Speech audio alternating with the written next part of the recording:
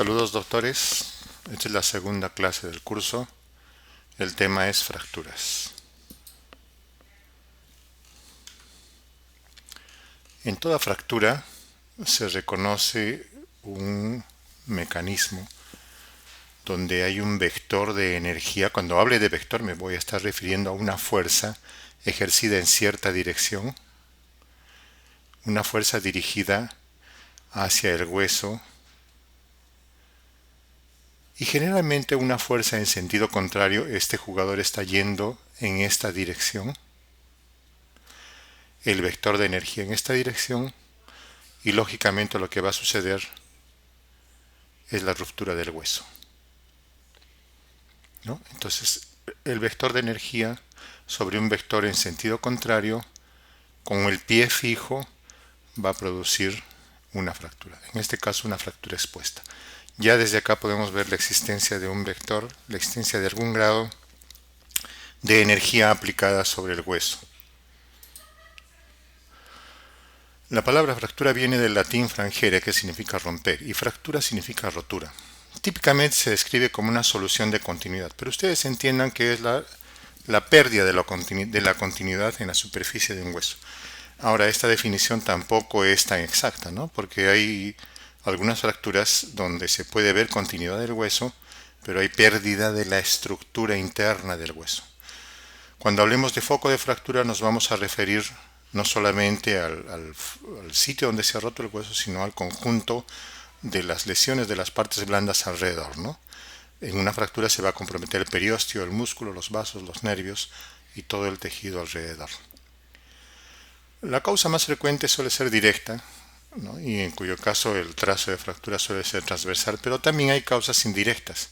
Si nosotros torcemos un hueso en un sentido contrario, por ejemplo, uno en el sentido de las agujas del reloj y el otro en sentido contrario, se va a producir una ruptura de las estructuras. También si comprimimos en un sentido transversal un hueso, se va a producir fracturas. Otro mecanismo es cuando el sitio de inserción de un músculo sale con su pedacito de hueso. En algunos casos, por ejemplo en las contracturas tetánicas, se puede producir algún grado de lesión por una contractura muscular enérgica.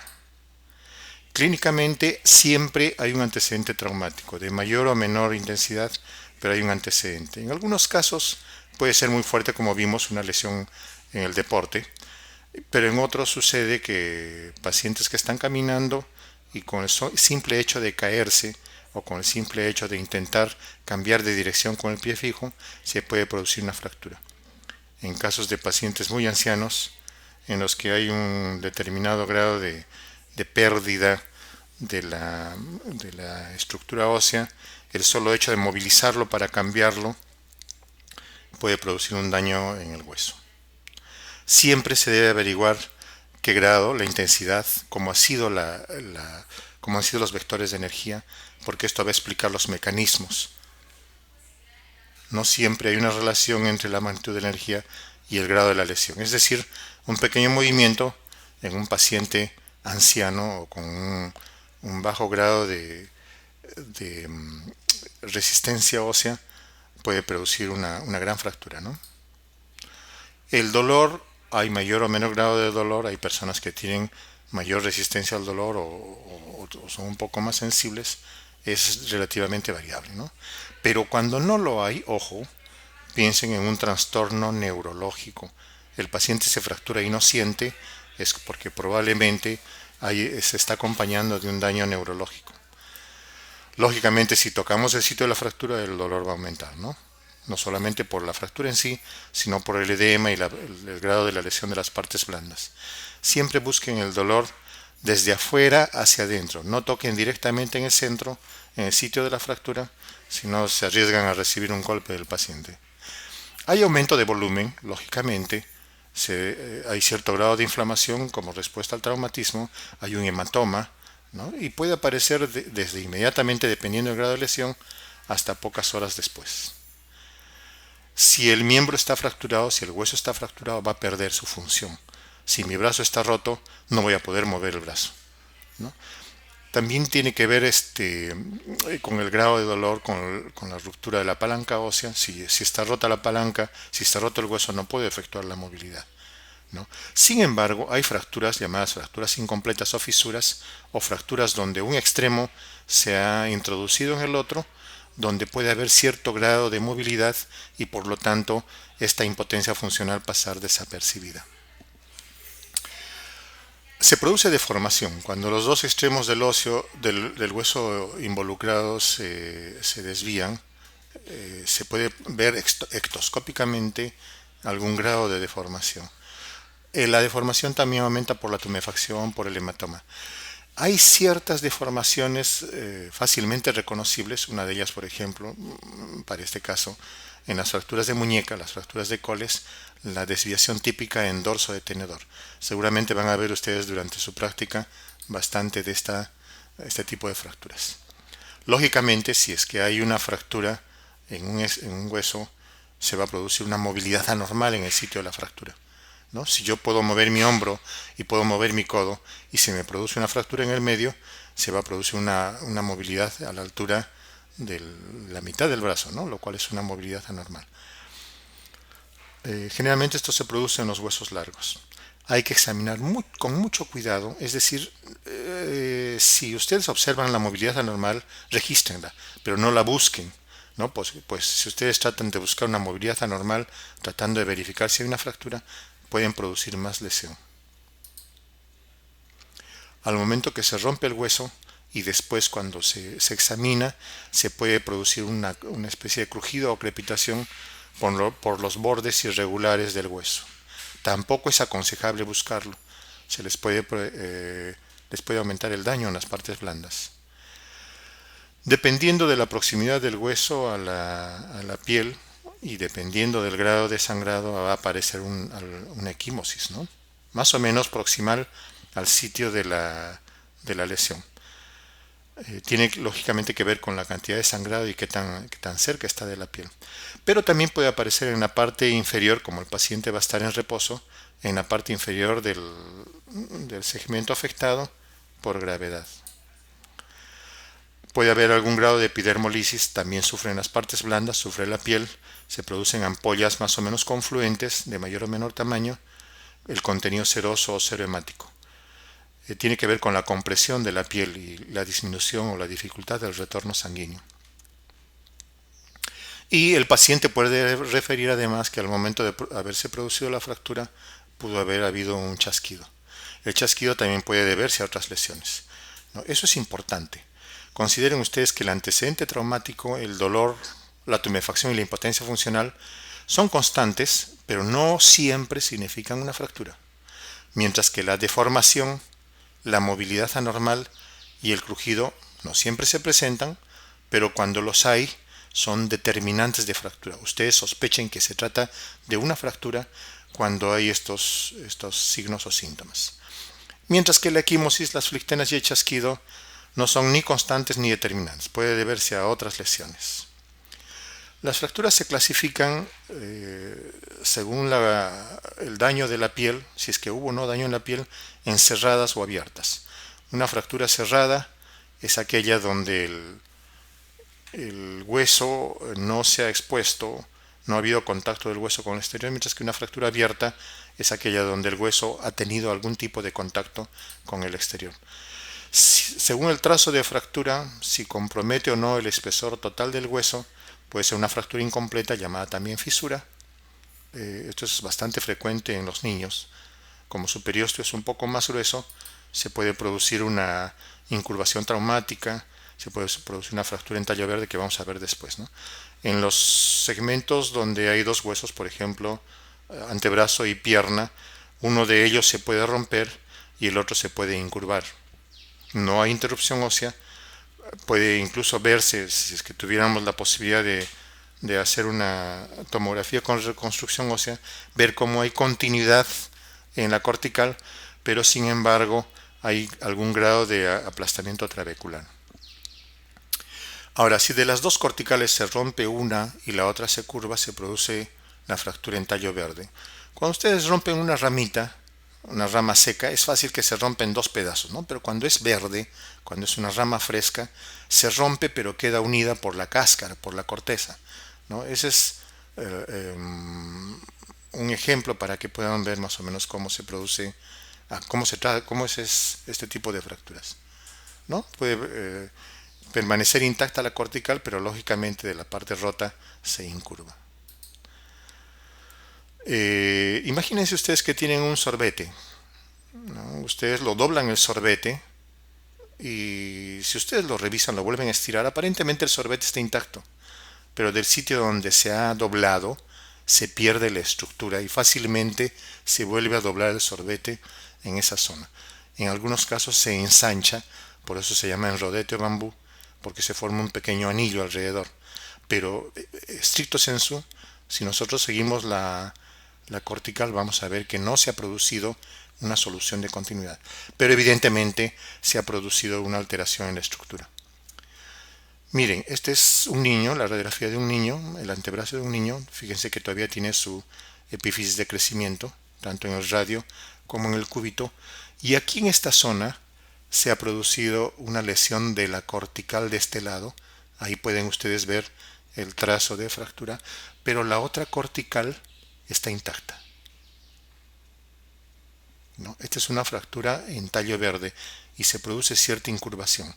Pero también en el radio se ha producido una pequeña deformación en anillo, fíjense en este lado y en este lado, es muy tenue pero visible, donde se ha producido una fractura en rodete, ¿no?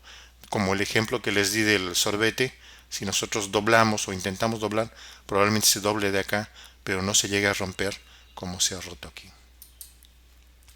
Una fisura es vimos en la radiografía anterior, esta es una fisura, ¿no? Un trazo incompleto, compromete solo una de las corticales. Generalmente no hay desplazamiento, el pronóstico es bastante bueno. Puede estar intacta la superficie articular, pero internamente ha de producirse un aplastamiento trabecular. Esto también se considera una fractura y se produce más, lógicamente, en los huesos esponjosos, huesos cortos, ¿no? Cuerpos vertebrales, calcáneo. Hay deformación del contorno óseo, no hay un evidente trazo de fractura, pero sí puede haber una pérdida de la morfología. Fíjense, esta es una resonancia de una columna lumbar, la forma típica de un cuerpo vertebral, un cuadradito con las esquinas un poquito afiladas, pero esta vértebra, si nosotros seguimos el borde, no hay alteración, pero evidentemente ha perdido su forma, se ha aplastado de la parte central y está protruyendo hacia la parte posterior.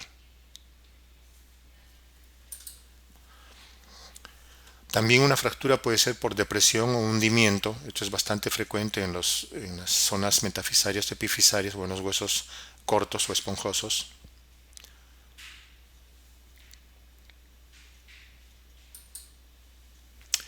Eso era en el caso de fracturas incompletas. En el caso de las fracturas completas, la línea de fractura afecta el espesor del hueso. Según el trazo puede ser una fractura transversal, una fractura oblicua. Si es que es muy oblicua se considera oblicua larga, una fractura espiroidea. Esto es bastante frecuente en los huesos largos que sufren algún tipo de torsión. Imagínense dos forzudos que están jugando a doblarse el brazo, un concurso de fuerza.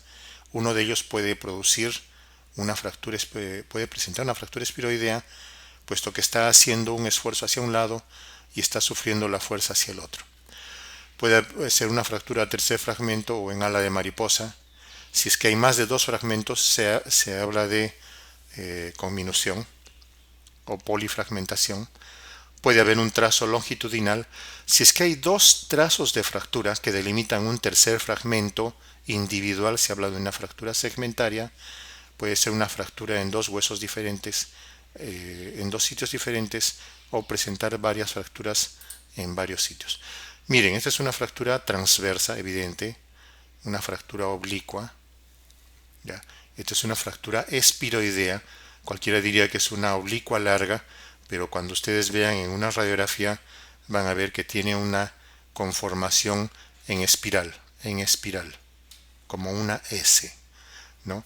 Fíjense que acá hay un trazo de fractura y hay un segundo trazo de fractura que delimitan un fragmento intermedio. Esta es una fractura segmentaria. Aquí podemos contar 1, 2, 3, 4, 5, alrededor de 6 fragmentos. Es una conminución.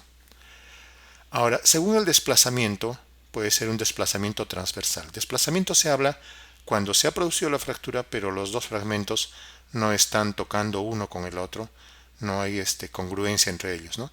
Acá, por ejemplo, se ha producido un cizallamiento, uno de los fragmentos se ha desplazado hacia afuera y el otro hacia adentro. Es un desplazamiento transversal. Puede ser una angulación. En este caso, uno de los bordes está contactando, pero el fragmento distal se está desplazando hacia adentro. Ojo, cuando hablemos de desplazamientos o de movimientos, siempre se va a hablar del fragmento distal en relación al proximal. Yo podría decir que este se está yendo hacia afuera, ¿no? Pero en realidad es este el que se está yendo hacia adentro. Después vamos a hablar de cuando se dice que un hueso está desplazado en varo o en valgo. El desplazamiento en varo es hacia la línea media, es el fémur derecho. Entonces este fragmento está desplazado hacia la línea media, está angulado en varo. Si es que este fragmento estuviera por acá,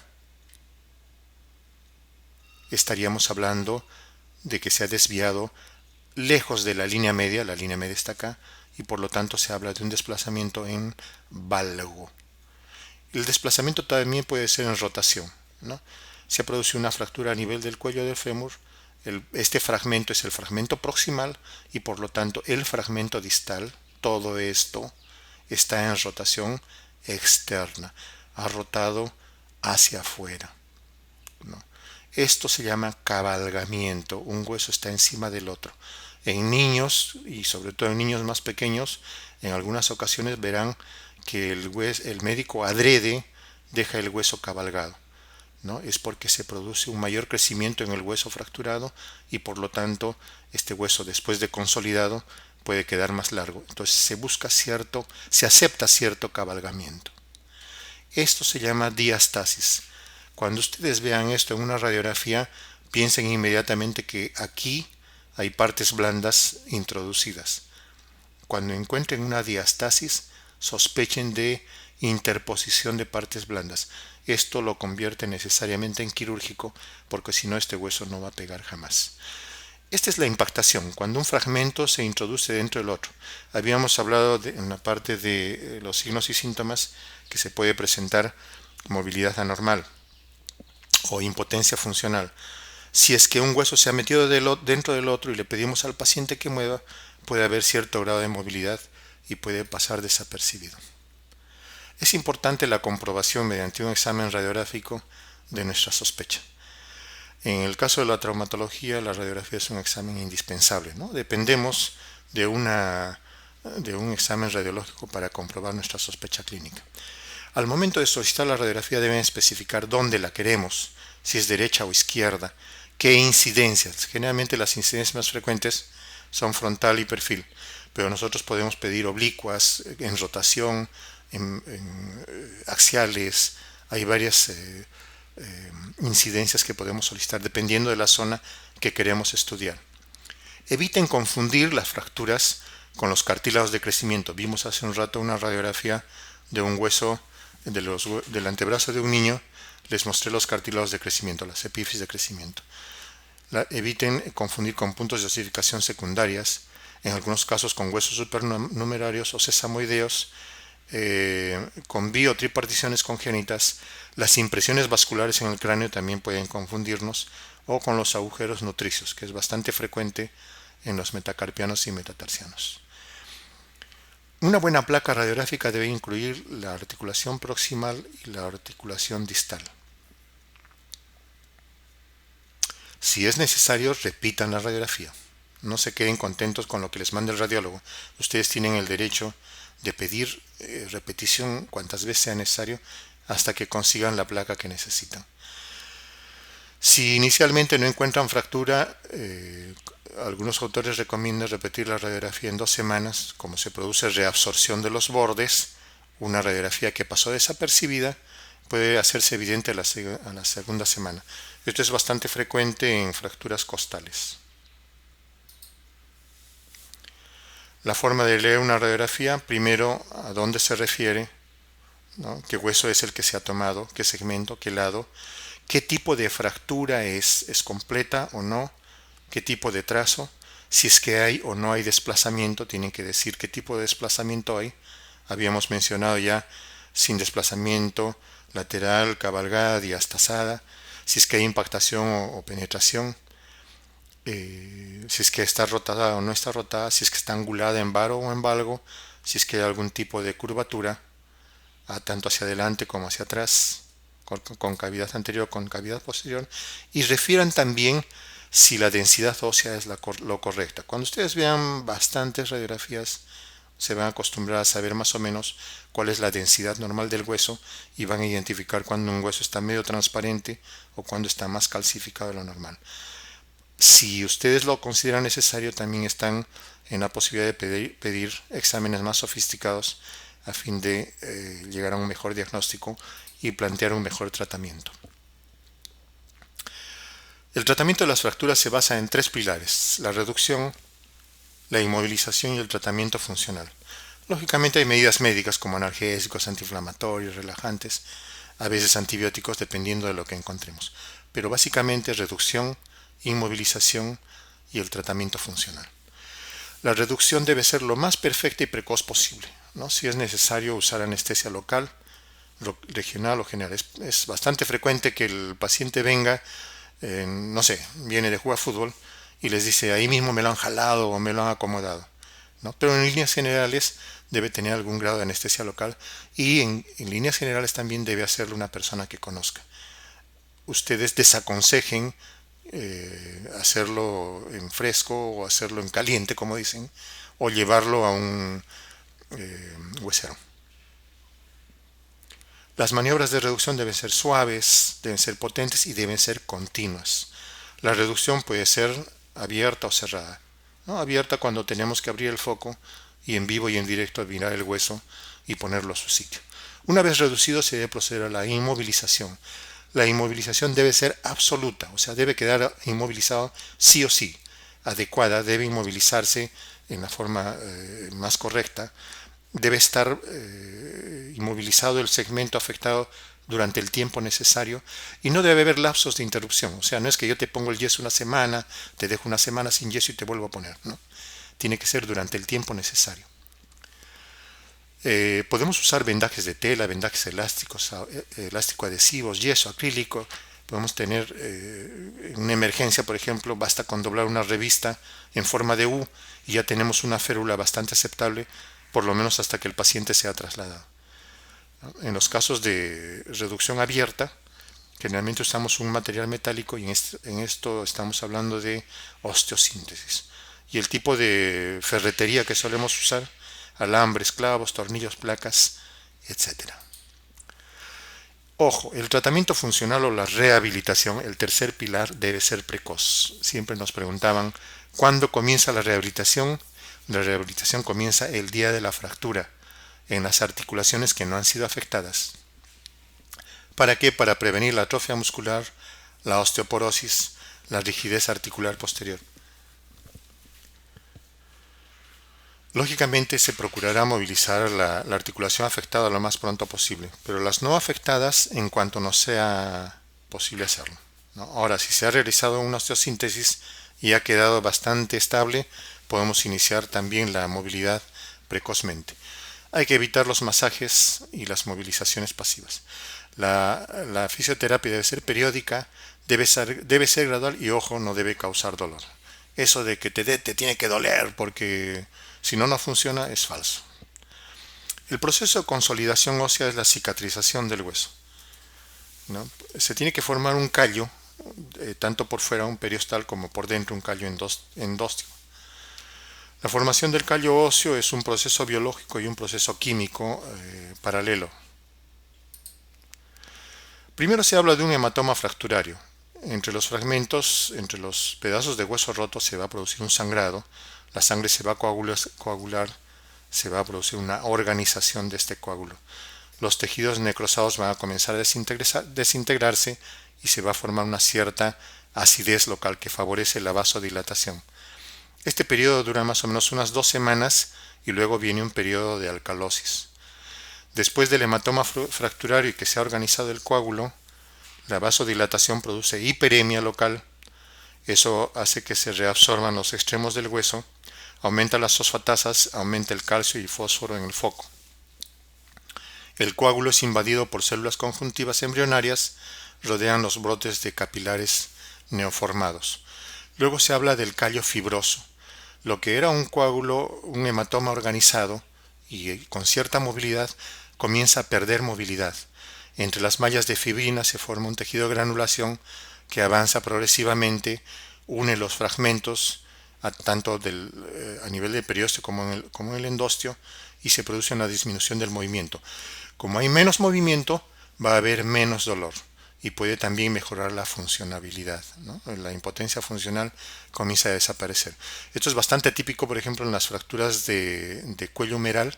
Generalmente a la 3ª semana el callo fibroso es lo suficientemente fuerte como para ya soltarlo al paciente y comenzar a hacer la rehabilitación. El líquido intersticial se hace gelatinoso, se presenta una sustancia coloide entre los fragmentos y disminuye la movilidad. Esta sustancia comienza a impregnarse de sales cálcicas y acá se habla de un callo óseo primario. Entonces, si en el callo fibroso todavía podíamos ver los fragmentos y un espacio nítido entre ambos, acá en el callo óseo primario o provisional ya comenzamos a ver en las radiografías una pequeña nubecita. Esa nube son las sales cálcicas que se están comenzando a depositar, se comienzan a precipitar, pero tienen una orientación caótica, ¿no? No están cristalizadas todavía y entonces todavía no tienen la resistencia necesaria como para hacerlo movilizar normalmente. Pero es aquí en esta fase donde comienza generalmente la rehabilitación. Conforme se va impregnando más, radiográficamente va aumentando la coloración, se hace más evidente la calcificación. Por lo tanto, disminuye la rigidez y como hay menos movilidad, disminuye también el edema periférico. El paciente generalmente en esa fase ya no tiene mucho dolor. Después de esto viene el callo óseo definitivo, donde las sales que hemos visto que estaban orientadas en todas direcciones comienzan a reorientarse buscando las zonas de solicitación, ¿no? En el caso de los huesos largos comienzan a formarse o orientarse en sentido longitudinal. Lógicamente adquieren mayor resistencia y elasticidad y se convierte casi en un hueso normal. Y finalmente viene la fase de remodelación. El callo no respeta mucho la estructura normal, pero conforme viene la fase de remodelación, el hueso comienza a suavizar sus contornos y esto es mucho mayor en niños, ¿no? De tal manera que un niño que nace, por ejemplo, con una fractura de clavícula al momento del parto, en 2 semanas ya está movilizando y en un mes le tomamos una radiografía y no se nota nada, ¿no? En cambio, personas de mayor edad, conforme vamos envejeciendo, es mucho más fácil reconocer al momento de tomar una radiografía dónde se había producido anteriormente una fractura. Existe también la consolidación per primam, ¿no? Donde se produce un callo mínimo. Cuando se produce una buena reducción y los fragmentos óseos están reducidos al 100%, es posible que se produzca un callo mínimo que radiográficamente no vamos a observar la nubecita sobre la que les estaba hablando, ¿no? Pero tiene la misma resistencia que el hueso normal, ¿no? La condición es que tiene que estar reducida al 100% y que tiene que haber un cierto grado de compresión entre los fragmentos. Hay factores que favorecen y otros que desfavorecen la formación del callo óseo, ¿no? Algunas personas dicen mis huesos pegan muy bien, otras no. ¿De qué depende? Hay varios factores, ¿no? Si es que no se ha inmovilizado adecuadamente, es decir, si es que ha quedado cierto grado de movilidad, o si lo hemos sacado el yeso antes de tiempo, o no hay una buena irrigación de los fragmentos, puede haber una falta de consolidación. Entre otros factores está la edad. Mientras más pequeños, mientras más jóvenes los pacientes, es mucho mayor su grado de consolidación, consolida más rápido, de tal manera que si un adulto era necesario 4 o 6 semanas para conseguir un callo óseo aceptable, En niños en 1 o 2 semanas ya podemos indicar la rehabilitación. El estado general del cuerpo, la mala nutrición, la anemia, deficiencias vitamínicas como por ejemplo la vitamina D que interviene en la consolidación, la osteoporosis senil, la descalcificación propia de la edad, o enfermedades generales que condicionen hipoproteinemia también van a retardar el proceso. Lógicamente hay variaciones individuales, ¿no? Lo que les referí inicialmente, pacientes que les pega muy bien y otros que tienen mucho más necesidad de tiempo para consolidar. El tipo de fractura. Es más rápida la consolidación cuando hay superficies fracturarias amplias, ¿no? Bisel, en oblicuas, en las fracturas oblicuas, en las espiroideas, en las conminuciones pegan mucho mejor que cuando es un trazo transverso. Lógicamente pegan mejor en las metáfiso-epifisarias porque es mayor el grado de superficie ósea en contacto que en las propiamente corticales. Mientras menos desplazamiento haya, el pronóstico es mejor. Cuanto más desplazado esté, va a tardar más esa consolidación. Lógicamente, si el hueso está impactado, va a pegar mucho más rápido que si es que no estuviera impactado, así que las hubiéramos reducido perfectamente. Cuando hay diastasis, cuando hay separación de los fragmentos, también se produce un retardo en la consolidación. Tiene que producirse más hueso, tiene que producirse más callo y por lo tanto tarda más. Cuando se habla de unos 4 meses de tiempo como para hablar de una pseudoartrosis, ¿no? Es variable la literatura, pero en términos generales, si en 4 meses un hueso no ha pegado, probablemente no va a pegar más. Se habla de una pseudoartrosis. Habíamos hablado también de la interposición de partes blandas como un mecanismo de pseudoartrosis. La producción de hematoma. Cuando nosotros tenemos necesidad de abrir una fractura, o cuando tenemos necesidad de operarla, vamos a perder el hematoma. Es decir, perdemos el proceso natural que se haya estado formando, ¿no? Entonces, en algunos casos es preferible, si ya pasó 2 o 3 semanas, dejar que termine de pegar en esa posición, a tratar de abrirlo y tratar de conseguir una reducción más anatómica. Lógicamente, la irrigación sanguínea, hay sitios donde no llega mucha irrigación, el retardo de consolidación va a ser mayor. Las fracturas intraarticulares parece que no tienen mucho que ver, la presencia de líquido sinovial no influye mucho en la consolidación. Esto sí, si es que hay tejido blando interpuesto, eso jamás va a pegar. Cuando ustedes vean 2 fragmentos diastasados, probablemente hay periósteo, hay un pedazo de tendón, un pedazo de músculo interpuesto, eso no va a pegar jamás. Eso lo convierte en necesariamente quirúrgica. Hay que sacar ese tejido y colocar los huesos en su sitio. La infección retarda también la consolidación, ¿no? Pero no la impide. Entonces, ojalá que no se nos presente. Es una de las complicaciones más serias en el caso de las fracturas. Pero cuando hay, no significa que no vaya a pegar el hueso, pero probablemente van a necesitar un poquito más de observación. Y hay factores mecánicos, como por ejemplo los movimientos, los micromovimientos. Si es que no ha quedado muy bien inmovilizada la fractura, se pueden producir movimientos, algún grado de cizallamiento o tracción, y va a haber retardo en la consolidación, ¿no? Al contrario, la compresión de los fragmentos, si es que es posible hacerlo, va a favorecer la consolidación.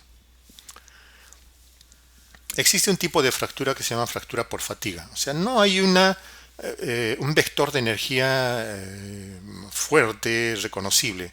No es que me pisó o me pasó un carro encima, pero el hecho de usar un hueso constantemente, repetidamente, pequeños traumatismos, va a producir estas fracturas, ¿no? Es bastante frecuente en los soldaditos ahora en fiestas patrias, como tienen que ensayar para la marcha de 28 de julio, el desfile militar, y les hacen caminar haciendo sonar el pie.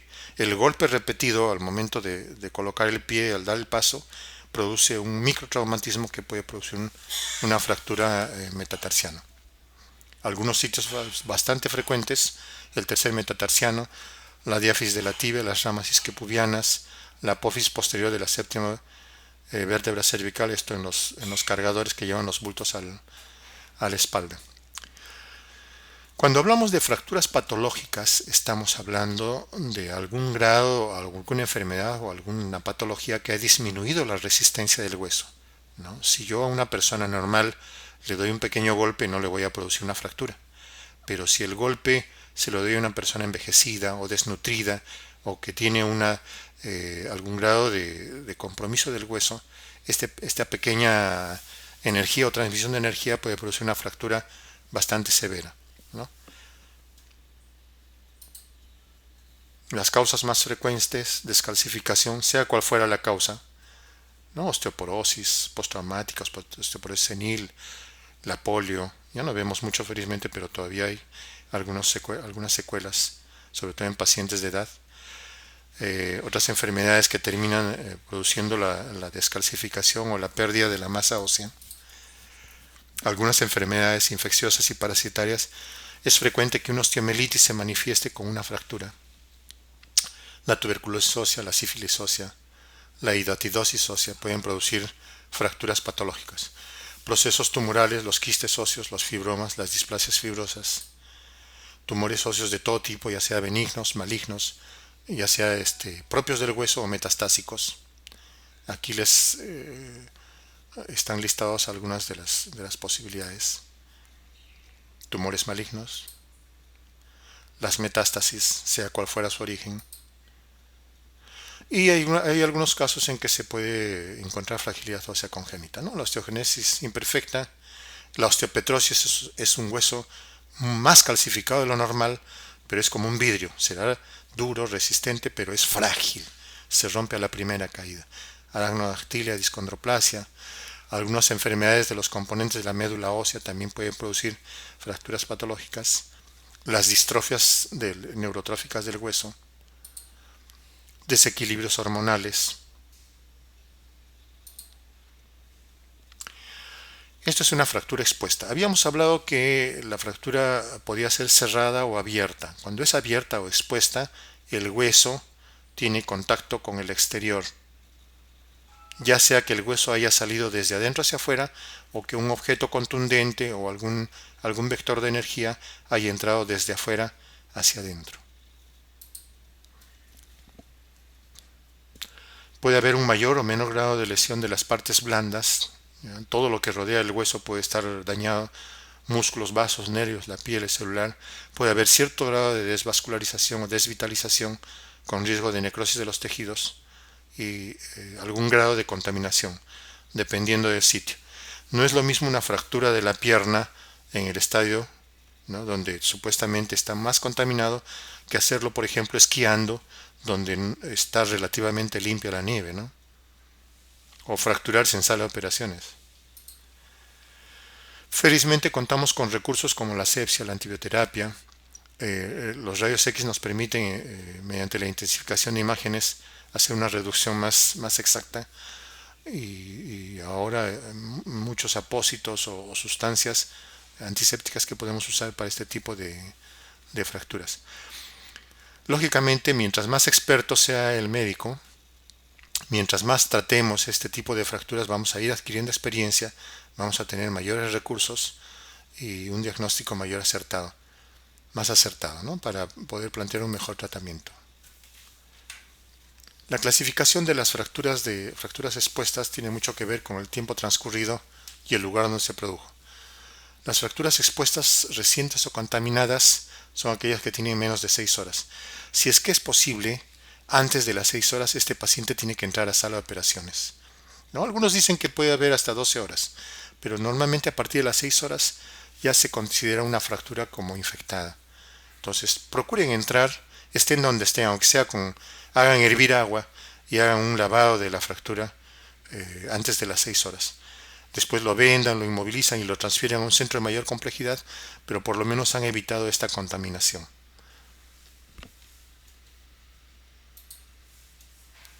Cuando pasa más de las 6 horas o las 12 horas, según algunos autores, ya se considera una fractura infectada. Lógicamente vamos a entrar a sala de operaciones, pero ya no vamos a tener el mismo resultado que si hubiéramos entrado antes de las 6 horas. Tiene mucho que ver también la destrucción de las partes blandas, ¿no? No es lo mismo una pequeña herida que una herida grande, con gran destrucción de partes blandas, con desvascularización de colgajos, ¿no? Tienen un peor pronóstico, y peor si es que ha pasado más allá de las 6 horas. Nosotros solemos usar la clasificación de Gustilo, que tiene en cuenta el mecanismo de producción, la gravedad del daño de los tejidos blandos, el tipo de fractura y su grado de contaminación. Como toda clasificación, tiene la ventaja de servir de guía para el tratamiento, para la evaluación de los resultados y para conversar, ¿no? Ya la clasificación de Gustilo está aceptada a nivel mundial, y si nosotros le decimos a un chino, tiene un Gustilo 3, el chino nos va a entender de qué estamos hablando. El tipo 1, el Gustilo tipo 1, es una herida usualmente menor de 1 centímetro de largo, causada por una fuente de baja energía, por lo tanto el daño de partes blandas va a ser mínimo. Generalmente es de dentro hacia afuera. Si una persona es contundida en la pierna desde atrás y el hueso se rompe hacia adelante, se está rompiendo de adentro hacia afuera. La lesión de partes blandas es menor.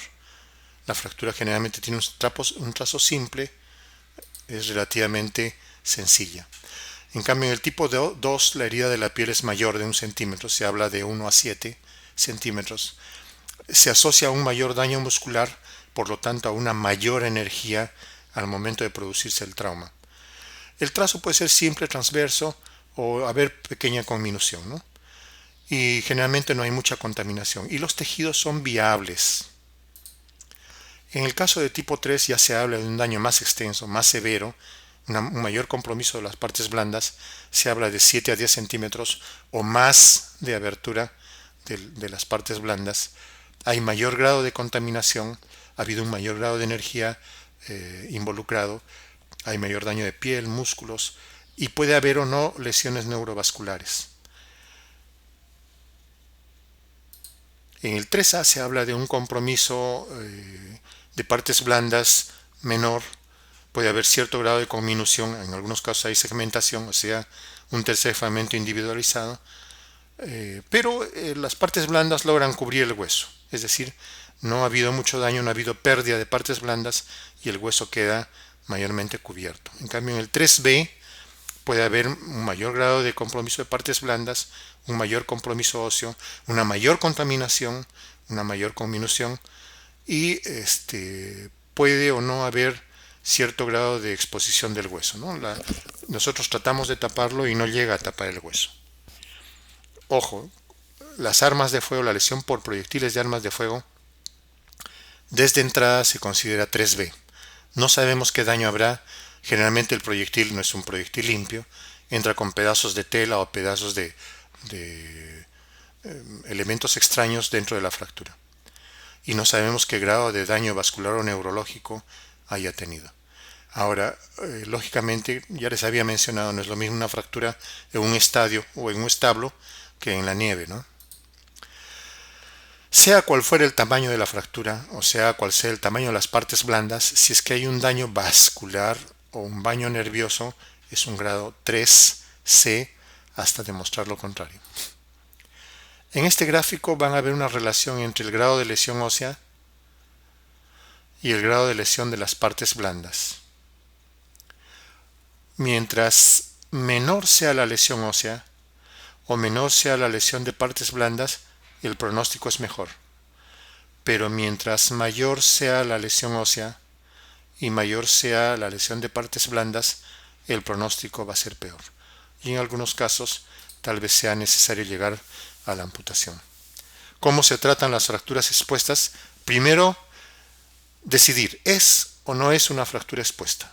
¿No? Si es una fractura expuesta, lógicamente primero se aplica el protocolo de politraumatizados, tratamiento de shock, el ABC, acuérdense, ¿no? Vías aéreas, sangrado, etc. Primero es procurar que no esté comprometida la vida. El problema con estos pacientes es que es muy llamativa la fractura expuesta. El paciente entra a sala, traído por los bomberos, con toda la gente que lo acompaña, y lo que llama la atención es el hueso al aire y que está sangrando. Esto no nos debe distraer del tratamiento, ¿no? Primero hay que verificar si tiene una vía aérea permeable, si tiene una adecuada circulación, un adecuado retorno, etc. La fractura expuesta le podemos poner un apósito ahí y una compresión y esperar que solucionen primero el compromiso de las vías aéreas o el compromiso circulatorio. Pero una vez estabilizado el paciente con sus funciones vitales ya normalizadas, recién procedemos a tomar los rayos X y prepararlo para cirugía. No es que llegó y al toque que vaya a rayos X, no. Primero, estabilizar el paciente. Segundo, estudiarlo y decidir qué tipo de fractura tiene y después prepararlo para la cirugía. Ojo, saquen toda la ropa. En una fractura expuesta se pueden pasar desapercibidas otras lesiones. Entonces el paciente tiene que ser despojado de su ropa y buscar otras lesiones. El grado de energía generalmente es un grado alto y podemos descubrir que el paciente ya hospitalizado, tratado, todo y tenía otras lesiones que tranquilamente pudimos haber tratado en la primera ocasión. Lavar y rasurar estando el paciente en tracción. Procurar no mover los fragmentos. Ojo, no reduzcan una fractura antes de haberla limpiado. En algunas ocasiones los curiosos o el empírico ve la fractura expuesta y la mete a su sitio sin haber lavado y lo que está haciendo es introducir dentro del foco elementos extraños y por lo tanto contaminar una fractura que si lo hubiéramos lavado antes hubiera podido tener un mejor pronóstico. Cuando esté en sala de operaciones, una buena asepsia y antisepsia, aislar con campos estériles. Procedemos a la irrigación. Uno de los factores más importantes en el tratamiento de las fracturas expuestas es el lavado. Laven, laven, laven 2, 4, 6, 8, 10 frascos, lo que sea necesario, pero laven. Conforme más laven, menos cuerpos extraños va a haber, menos contaminación. Si es necesario, eliminen el tejido desvascularizado, una buena hemostasia, un buen curetaje. Traten de hacer en la primera limpieza, es la más importante, traten de hacer la mayor limpieza posible, ¿no? Laven la cantidad de veces que sea necesario y eliminen todo el tejido desvitalizado. Si es que es posible, inmovilícenla ya. A veces no se cuenta con fijación externa en ese momento, pero si lo hacen, traten de inmovilizarla en la primera intervención. Desechen los fragmentos libres. Los fragmentos libres van a servir como cuerpos extraños. Elimínenlos. Después crecerá hueso, haremos acortamiento, alargamiento, injerto, lo que sea necesario, pero eliminen porque esto va a ser fuente de infección. Si tienen una fijación para colocar, colóquenla. Y si no, su yeso para inmovilizar. En algunas ocasiones las de tipo 1 o tipo 2 se pueden cerrar en guan a la primera, ¿no? Pero depende mucho de la experiencia del cirujano. Nosotros recomendamos preferirle dejarlo abierto o ponerle 1 o 2 puntos de afronte y después en una segunda o tercera curación o limpieza terminar de cerrarlo. Ahora, si el grado de compromiso, si es un Agustilo 3, hay compromiso de partes blandas, en algunas ocasiones falta tejido con que cubrir, podemos proceder al acortamiento del miembro. Es decir, hacemos lo que familiarmente o de cariño llamamos bonsai. Sacamos la parte afectada, acortamos los dos extremos y nos va a quedar piel redundante suficiente para cubrir el defecto. No olviden llamar al cirujano plástico. Ahora se está recomendando que en la primera curación entre no solamente el traumatólogo, sino el cirujano plástico para ir viendo o para ir planificando qué es lo que va a hacer después. Fíjense, esta es una fractura expuesta. Hay un grado de conminución, es el paciente que vimos en la primera lámina, ¿no? Con su hueso expuesto. Está tomada la tibia, tomado el peroné, hay un grado de desplazamiento, ¿no? Este punto debía coincidir con esta puntita de acá, por lo tanto hay acortamiento.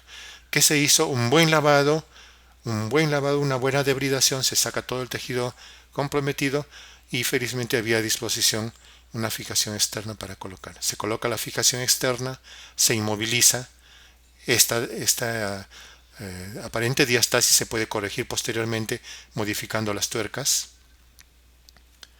Ya aquí retiramos la fijación externa, ya se había formado un callo suficiente, en el peroné también un callo suficiente, y posteriormente el hueso no quedó 100% anatómico, pero es una pierna que le va a servir al paciente. Gracias.